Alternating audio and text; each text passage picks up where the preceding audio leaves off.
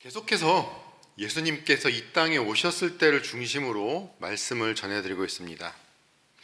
오늘 본문은 누가복음 2장 1절부터 21절 말씀인데요. 오늘 본문을 어제 미리 읽어보셨다든지 아니면 지금 함께 읽으시면서 뭔가 좀 이상하다고 느끼지 않으셨나요? 지난주 본문인 마태복음과 오늘 본문인 누가복음 둘 다 예수님이 태어나실 때 이야기를 기록해놨는데 두 이야기가 다르잖아요. 안 다른가요? 제가 마태복음 다시 한번 읽어드릴까요? 조금만 주의 깊게 읽으셨다면 둘의 이야기가 다르다는 것을 알아채셔야 합니다. 그런데 그렇게 느끼셨다고 해서 우리 성도님들이 믿음이 없거나 이상한 게 전혀 아니십니다. 예수님을 안 믿는 분들은 두 이야기가 다르다고 어떻게 복음서가 예수 출생을 다르게 기록할 수 있냐고 예수님 탄생부터 사실이 아니라는 식으로 공격하는 사람들도 있는데요. 마태복음, 누가복음에 나온 예수님 출생 이야기가 다른 거는 초대교회 때부터 가졌던 질문이고 그때부터 2000년 동안 계속 신학자들은 해답을 주고 있는 내용입니다. 간단하게 말씀드리면 두 복음서 중 하나의 오류가 아니라 마태랑 누가 두 저자가 각각 다른 신학적 목적과 독자를 염두에 두고 썼기 때문이에요. 마태복음에서는 말씀의 성취, 예언의 성취 그걸 강조하고 있고요. 누가복음에서는 보편적인 구원과 성령의 역사 그리고 여성과 가난한 자들에 관한 관심을 강조하고 있습니다. 비기독교인들이 공격하듯이 마태복음과 누가복음의 예수님 탄생 이야기는 서로 모순되는 것이 아니라 서로 보완하고 있는 관계에 있는 겁니다. 마태복음을 통해서 구약의 모든 성취를 이루신 이스라엘의 왕이신 예수님을, 또 누가복음을 통해서는 그 왕이 온 인류, 특히 가장 낮은 자들을 위해 오신 겸손한 구원자이심을 배우는 것이고, 우리는 두 복음서를 함께 읽을 때 왕이신 구원자, 구원자이신 왕 예수님의 모습을 온전히 볼 수가 있는 것입니다. 그러면 오늘은 누가복음 2장에 나타나 있는 예수님이 오셨을 때를 전해드릴 건데요. 결론부터 말씀드리면 예수님의 오심은 우리에게 기쁨을 줍니다. 아멘. 그렇다면 말씀에 들어가기 전에 한 가지 물어볼게요. 우리 성도님들이 생각하시는 기쁨은 어떤 건가요? 한번 가만히 생각해 보십시오. 내가 생각하는 기쁨이 무엇인지. 세상적인 기쁨도 한번 생각해 보세요. 어떤 게 가장 기뻤었나요? 그럼 그때 기뻤던 게 지금도 기쁘신가요? 아직도 기쁜 것들이 없죠? 맞습니다. 세상이 주는 기쁨은 금세 사라지고 맙니다. 지금부터 진정한 기쁨의 원천을 전해드릴 텐데요. 본문을 보시면서 잠잠히 묵상해 보시면 예수님이 우리에게 가져다 주신 기쁨은 우리가 세상에서 기대하는 화려함이나 웅장함과는 거리가 멉니다. 오히려 가장 낮고 가장 춥고 가장 비천한 곳에서 그 기쁨이 시작되었습니다. 그 기쁨의 시작은 첫 번째로 가장 작은 기쁨에서 낮아짐의 신비입니다. 오늘 본문 1절은 당시 세계를 지배하던 로마 황제 아우구스투스의 명령으로 시작됩니다. 1절 말씀 같이 보실까요? 그때 아우구스투스 황제가 칙령을 내려 온 세계가 호적 등록을 하게 되었는데 황제의 명령 한마디에 온 세계가 움직였습니다. 당시 황제는 막강한 힘을 갖고 있었어요. 제가 군복무를 용산에 있는 국방부에서 장군 운전병을 했었거든요. 근데 국방부 이게 합참에 있다 보니까 장군들이 많이 있었습니다. 그곳에 아무튼 합참의장도 있었는데 합참의장은 사성장군이에요. 별 4개입니다. 합참의장은 현역 군인들 중에서 가장 높은 자리에 있는 사람이거든요. 근데 그때 이제 국방부 장관이나 합참의장 차량이 국방부 경내에 지나가면 이제 국방부 경내에 101 대기, 202 대기 이렇게 방송이 나옵니다. 지금은 어떤지 모르겠는데 제가 군복무할 때 이 방송이 들리면 움직이던 차량들이 전부 다 한쪽에 멈춰 서야 돼요. 그리고 걸어가던 군인들도 전부 다 멈춰서 가지고 지나가는 이제 국방부 장관이나 합참의장 차량에 대해 경례를 합니다. 저희 부대에 이제 신병이 오면 고참병들이 합참의장님을 어떻게 설명해 주냐면 농담식으로 합참의장이 열받아가지고 전군 엎드려 뻗쳐 하면은 그 한마디에 육해공군 전군 60만 명이 엎드려 뻗쳐 한다고 그런 식으로 농담식으로 말했거든요. 우리 대한민국 합참의장도 이 정도의 힘이 있습니다. 그러니 그 당시 로마 황제의 권세는 우리가 상상할 수 없을 정도였습니다. 이 아우구스투스 황제는 로마의 내전을 끝내고 로마의 평화, 즉 팍스 노마나를 이룬 인물이에요.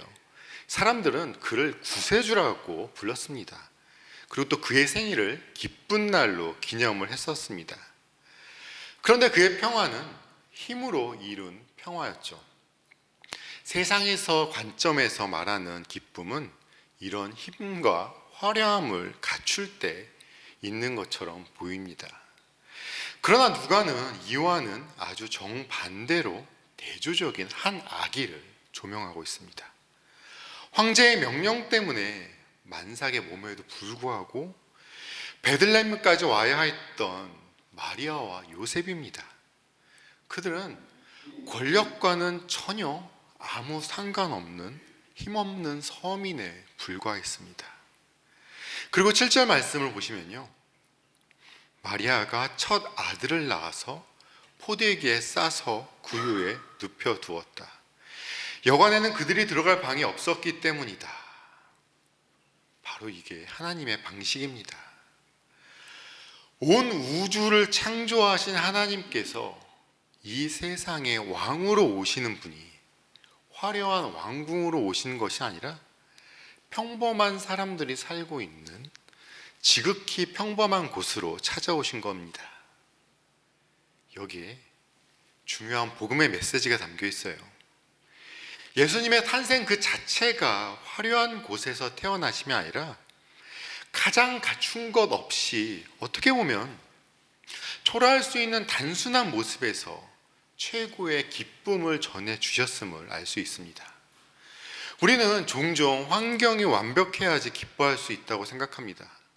이 문제만 해결되고 나면, 돈이 조금 더 모이고 나면, 내 자녀가 성공하고 나면, 내 건강이 회복되고 나면 어떤 조건이 갖춰져야지 기뻐할 수 있다고 생각해요. 하지만 우리 예수님은 아무 조건 갖춘 곳 없는 지극히 평범한 곳으로 찾아오셨습니다. 이것은 우리의 기쁨이 완벽한 조건이나 완벽한 환경을 갖췄을 때 찾아오는 것이 아니라 예수님이 임재하시는 그곳에서 시작된다는 우리에게 강력한 선언을 하고 있는 겁니다. 만약에 예수님이 왕궁에서 태어나셨다면 우리같이 평범한 사람들이 예수님을 만날 수 있었을까요? 실패한 자들이 감히 예수님을 만나볼 상상도 못했을 겁니다. 그러나 예수님은 일부러 가장 낮은 자리, 가장 보잘것없는 평범한 곳에 오셨습니다.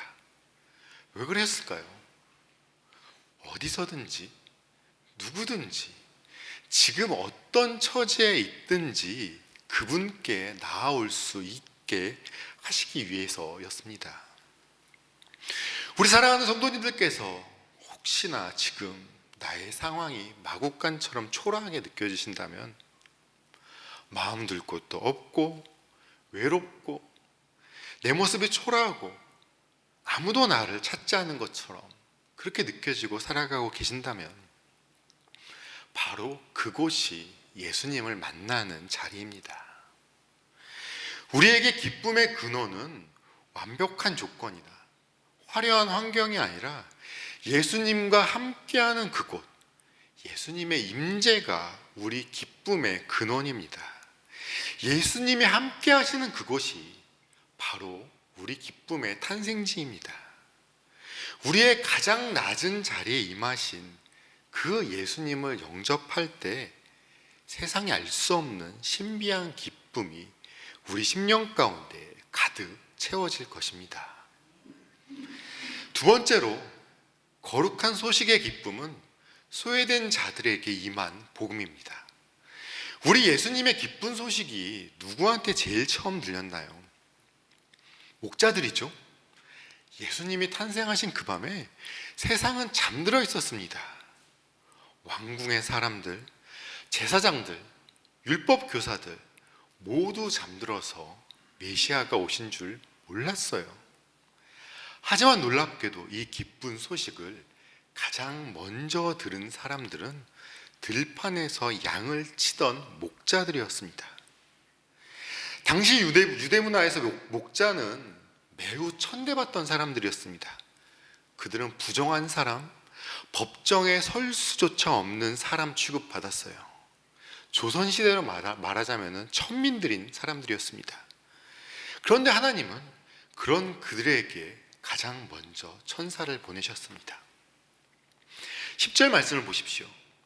천사가 그들에게 말하였다. 두려워하지 말아라. 나는 온 백성에게 큰 기쁨이 될 소식을 너희에게 전하여 준다. 하나님이 준비하신 큰 기쁨이 될 소식, 바로 복음을 가장 먼저 들은 사람들은 성전의 제사장들도 아니요, 왕궁의 권력자들도 아니었습니다. 사람들에게 무시당하면서 들판에서 양을 지키던 목자들이었습니다. 이 복음은 아무 자격 없는 자들에게 거저 주시는 우리 하나님의 은혜입니다. 누가복음 1장과 2장에서 흐르는 전체적인 맥락은 기다리는 자들에게 임하는 기쁨입니다. 세례 요한의 엘리사벳을 한번 보실까요? 당시 유대 문화에서 여자가 결혼했는데 아이가 없다는 것은 종교적 저주, 사회적 수치로 여겨지는 아주 비참한 상태를 말합니다. 그런 엘리사벳에게 천사가 찾아와서 기쁨을 전해주고 임신한 그녀에게 또 임신한 마리아가 방문합니다. 그렇다면 마리아는 어땠나요?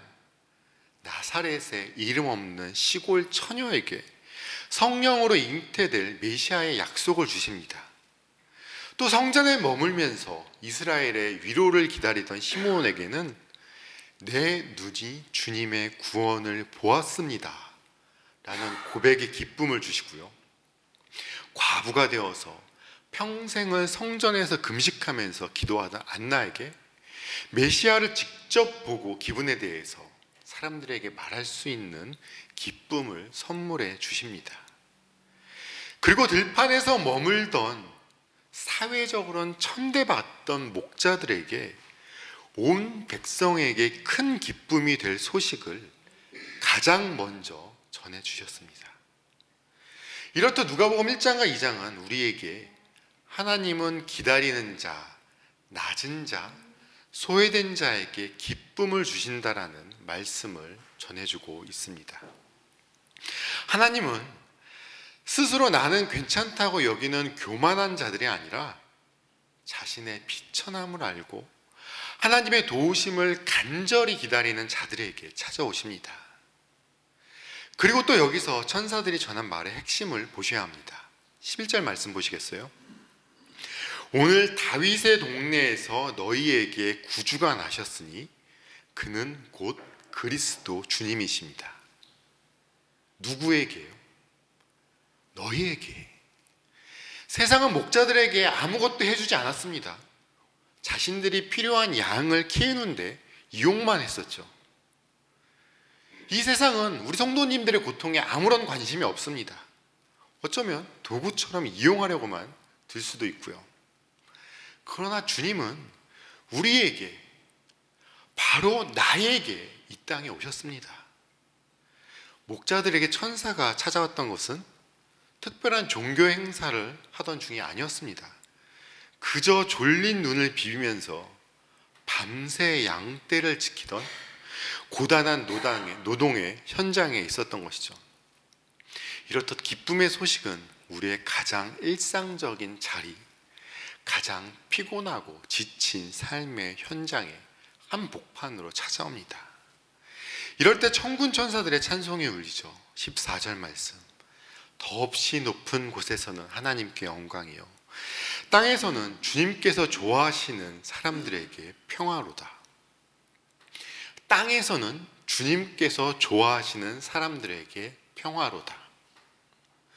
황제가 주는 힘에 의한 화려함으로 속이는 가짜 평화가 아니라 복음은 우리에게 하나님과의 관계 회복에서 오는 진정한 평화, 샬롬을 선포하고 있습니다. 우리 성도님들의 일상이 밤처럼 캄캄하고 고단하시다면, 남들이 아무도 알아주지 않은 자리에서 묵묵히 일하고 계시다면 낙심하지 마십시오. 우리 하나님의 기쁜 소식은 바로 그런 성도님들께 가장 먼저 찾아오십니다. 오늘 이 예배의 자리가 천사의 음성을 듣는 들판이 되기를 소망합니다. 성도님들의 삶의 현장에 찾아오신 예수님으로 인해서 소망을 품으셔야 합니다. 세 번째로, 기쁨의 만남과 확신은 증거가 되는 삶을 살게 합니다. 천사들이 떠나가고 다시 어두운 들판에 목자들만 남았어요. 그러자 목자들은 서로 말하죠. 15절 말씀. 천사들이 목자들에게 떠나 하늘로 올라간 뒤에 목자들이 서로 말하였다. 베들레헴으로 가서 주님께서 우리에게 알려주신 바 일어난 그 일을 봅시다. 그들은 주저하지 않았습니다. 16절에 나오죠. 그들은 급히 달려가서 마리아와 요셉, 구유에 누워있는 아기를 찾았습니다. 이렇듯 우리 기독교 신앙은 복음을 듣는 것에서 끝나는 게 아닙니다. 찾아가 보는 것으로 이어져야 하는 거예요. 목자들이 예수님을 직접 확인하고 기뻐했듯이 말씀을 듣고 반응해서 직접 찾아가서 예수님을 만나셔야 합니다. 예수님과 만남을 통해 진정한 기쁨을 경험할 수 있는 것입니다. 예수님을 찾아간 목자들은 구유에 누워있는 아기 예수님을 보고 천사의 말이 사실이라는 것을 확신했습니다. 그런데 여기서 또 가만히 보십시오. 목자들이 예수님을 만났다고 해서 극적인 변화가 일어났나요? 아무것도 변한 게 없습니다. 그냥 아주 평범해 보이는 아기가 누워있을 뿐입니다. 하지만 믿음의 눈으로 바라볼 때 그 아기는 평범한 아기가 아니라 구주, 그리스도 주님이십니다. 복음은 이렇듯 현실과 믿음이 만나는 자리에서 우리에게 기쁨을 선물해 줍니다. 20절 말씀을 보십시오. 목자들은 자기들이 듣고 본 모든 일이 자기들에게 일러주신 그대로임을 알고 돌아가면서 하나님께 영광을 돌리며 그를 찬미하였다. 목자들이 예수님을 만나고 돌아간 곳이 어디예요? 다시 양떼가 있는 들판으로 돌아갔습니다. 예수님을 만났다고 해서 그들 신분이 갑자기 왕족으로 변했다든지 그들의 가난이 갑자기 해결된 게 아닙니다. 여전히 그들은 밤에 양을 지켜야 하는 고단한 노동자입니다. 그들의 환경은 변한 게 없습니다. 그러나 정말로 중요한 변화가 일어난 것이죠. 나를 둘러싼 환경은 그대로일지 몰라도 그들의 마음과 시선이 완전히 달라진 것입니다. 그들은 예수님을 만나기 전과 다름없이 같은 들판, 같은 양떼 속에 있지만 예수님을 만나기 전과 후의 삶이 변했습니다. 예수님을 만나기 전에는 그 삶의 현장이 고난과 피로 속에 양을 지키는 현장이었다면 이제는 하나님을 찬송하면서 양을 칩니다. 그들 삶의 현장이 예배의 장소로 변한 것입니다. 이것이 바로 예수님을 만난 자들의 능력입니다. 바로 삶의 현장이 예수님을 만난 증거의 삶이 되는 것입니다. 이제 말씀을 맺겠습니다. 예수님은 우리 기쁨의 근원이 되시는 분이십니다. 그런데 하나 더 마리아의 반응도 보시겠습니다. 19절 말씀을 보실까요? 마리아는 이 모든 말을 고이 간직하고 마음속에 곰곰이 되새겼다. 목자들의 기쁨이 소리내어 찬미하는 기쁨이었다면 마리아의 기쁨은 조용히 마음에 곰곰이 되새기는 기쁨이었던 것이죠. 신앙의 기쁨은 항상 큰 소리로만 표현되는 것은 아닙니다. 때로는 눈물 속에서, 질문 속에서, 그러나 하나님을 신뢰하면서 깊이 마음속에 품고 곰곰이 되새기는 조용한 확신의 기쁨으로 우리 안에 자리 잡기도 합니다. 누가는 우리에게 죄와 절망, 가난과 소외 속에 갇혀있는 인류에게 빛으로 오신 예수님을 이야기하고 있습니다. 누가복음 1장과 2장에선 예수님의 탄생은 우리에게 기쁨의 메시지를 전하고 그 기쁨은 우리 인생의 어떠한 상황 속에서도 우리에게 힘과 희망을 주는 원천이라는 사실을 이야기해주고 있습니다. 구유에 누워 계신 아기 예수님을 한번 상상해 보십시오. 가장 높으신 하나님께서 가장 낮고 평범한 자리로 오셨습니다. 가장 높으신 하나님이 가장 평범한 우리들의 자리까지 내려오셨습니다. 예수님 탄생이 주시는 기쁨을 우리 성도님들 것으로 삼으셔야 합니다. 화려한 조건이 없어도 괜찮습니다. 남들이 나를 인정해 주지 않아도 괜찮습니다. 나의 환경이 당장 바뀌지 않아도 괜찮습니다. 예수님이 찾아오시면 그것이 바로 나에게 기쁨이 되는 것입니다.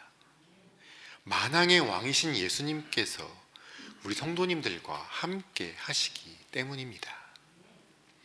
목자들처럼 일상의 자리로 돌아가시는 우리 성도님들의 발걸음이 찬송으로 바뀌기를 바랍니다. 예수님이 우리와 함께 하시니, 예수님이 우리의 기쁨이시니 우리는 세상이 감당할 수 없는 소망의 사람이 된 것입니다. 이 놀라운 기쁨이, 메시아의 오심이 주는 감격의 기쁨이 저와 여러분, 성도님들의 가정과 일터 위에 충만하기를 우리 주님의 이름으로 축원합니다.